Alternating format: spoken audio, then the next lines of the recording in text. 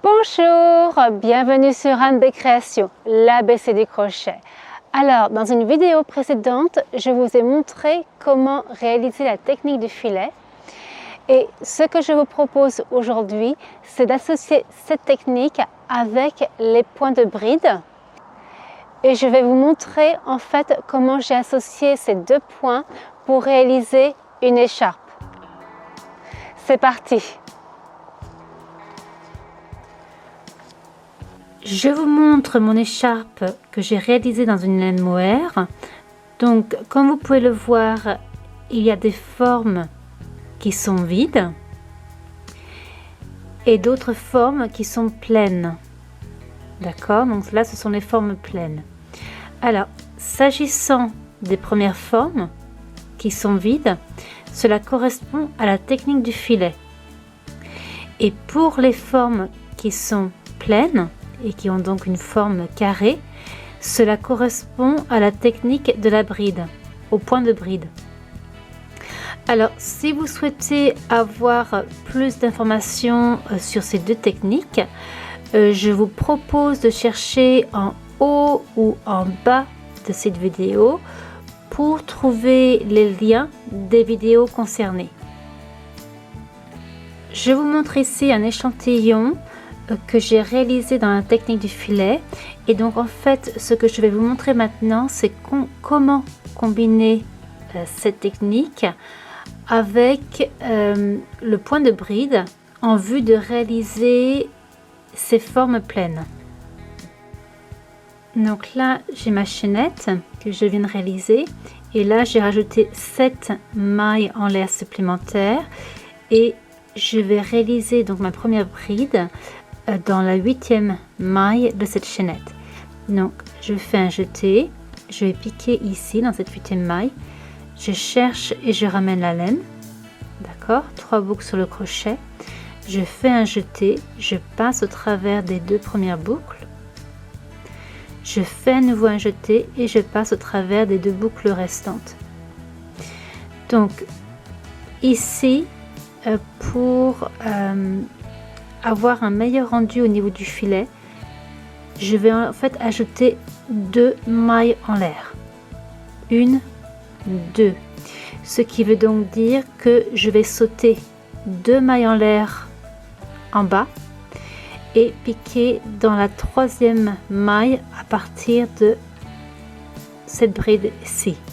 Donc 1, 2, et donc j'arrive à ma 3e ici.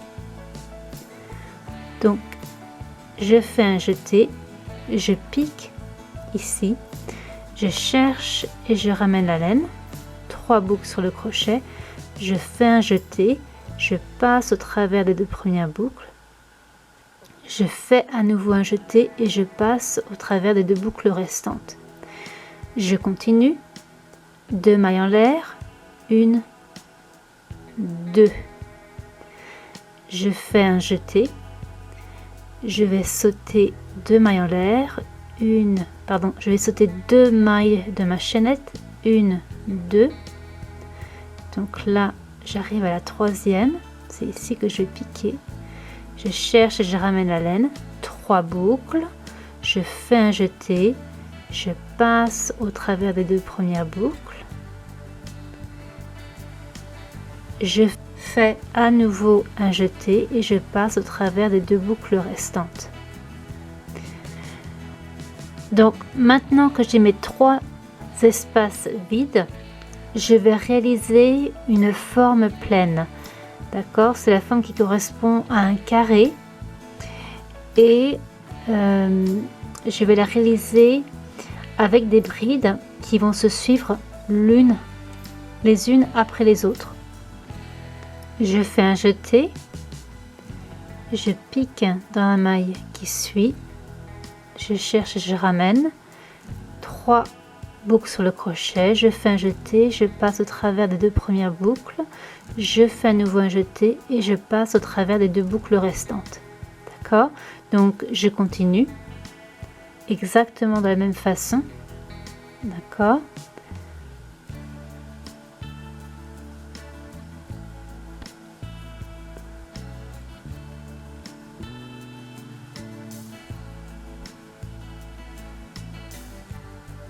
Voilà.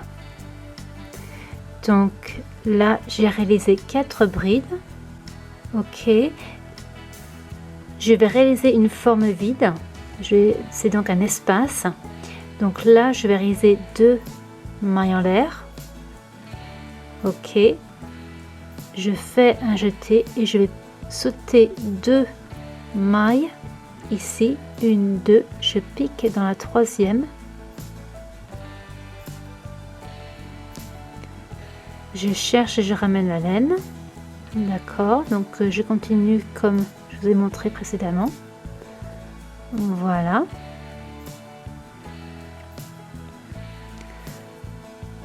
Ok. Je continue avec 3 brides supplémentaires pour réaliser une forme pleine.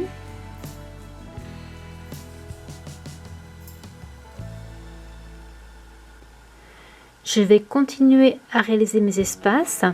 Donc là, je vais faire 2 mailles en l'air et je vais piquer en bas dans la 3e maille à partir de la dernière bride que je viens de réaliser.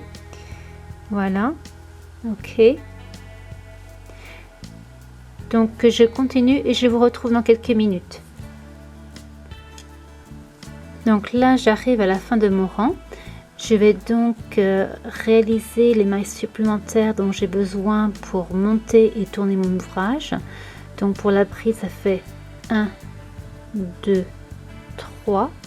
Je vais rajouter 2 mailles en l'air, 1, 2, afin de pouvoir réaliser donc cet espace, d'accord, que je souhaite conserver. Donc voilà.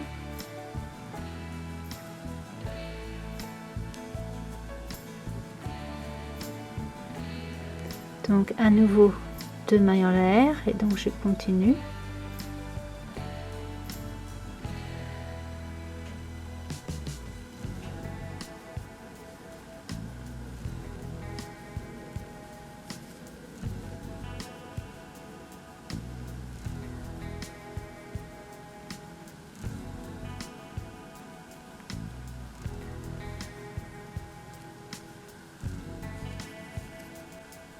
Donc là, je viens en fait de réaliser les espaces vides pour le 2e rang. Et là, en fait, j'arrive là où j'ai mes formes pleines. Alors en fait, pour créer une jolie mosaïque, la forme pleine doit être au milieu pour le rang suivant. Donc ce qui veut dire qu'ici, ça va être vide. Vide, plein, vide. Donc voilà. Ok, donc vous pouvez voir le motif qui apparaît. Donc voilà, j'ai terminé mon 3e rang. Donc je vous montre ce que cela donne. Comme vous pouvez voir, lors de mon 1er rang, j'avais donc au centre les 2 formes pleines. Ensuite, au 2e rang, j'en ai qu'une seule. Et au 3e rang, j'ai à nouveau mes 2 formes pleines, ce qui peut me permettre de créer donc ce motif. J'ai effectué quelques rangs supplémentaires. Donc comme vous pouvez le voir ici, j'ai 2 formes pleines pour le 1er rang, une forme pleine seulement pour le 2e rang, 2 formes pleines pour le 3e rang, une forme pleine pour le 4e rang, à nouveau 2 formes pleines pour le 5e rang et une forme pleine pour le 6e rang. Donc en fait, à chaque rang impair, j'ai 2 formes pleines et pour chaque rang pair, j'ai seulement une forme pleine. Comme vous pouvez le voir, j'ai donc reproduit le même motif sur mon échantillon, d'accord?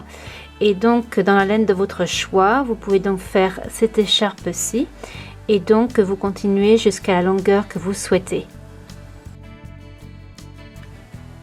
Je vous mets ici des liens vers d'autres vidéos qui pourront vous intéresser.